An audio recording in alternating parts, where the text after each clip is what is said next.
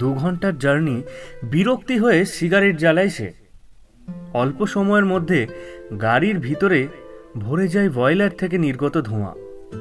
হঠাৎই তার গাড়ি একটা বিকট শব্দ করেই থেমে যায়। সে দেখে জানলার কাঁচ নামিয়ে তার গাড়ির হুড থেকে ধোঁয়া বের হতে শুরু করেছে। দরজা খুলে বেরিয়ে আসে সে। সিগারেটটা পায়ে পিষে দিয়ে গাড়ির হুড খুলে এক ঝলক দেখে নিয়ে জোরে লাগিয়ে দেয়। ড্রাইভার জানায় যে মেকানিককে নিয়ে আসতে তার অনেকটা সময় লেগে যাবে।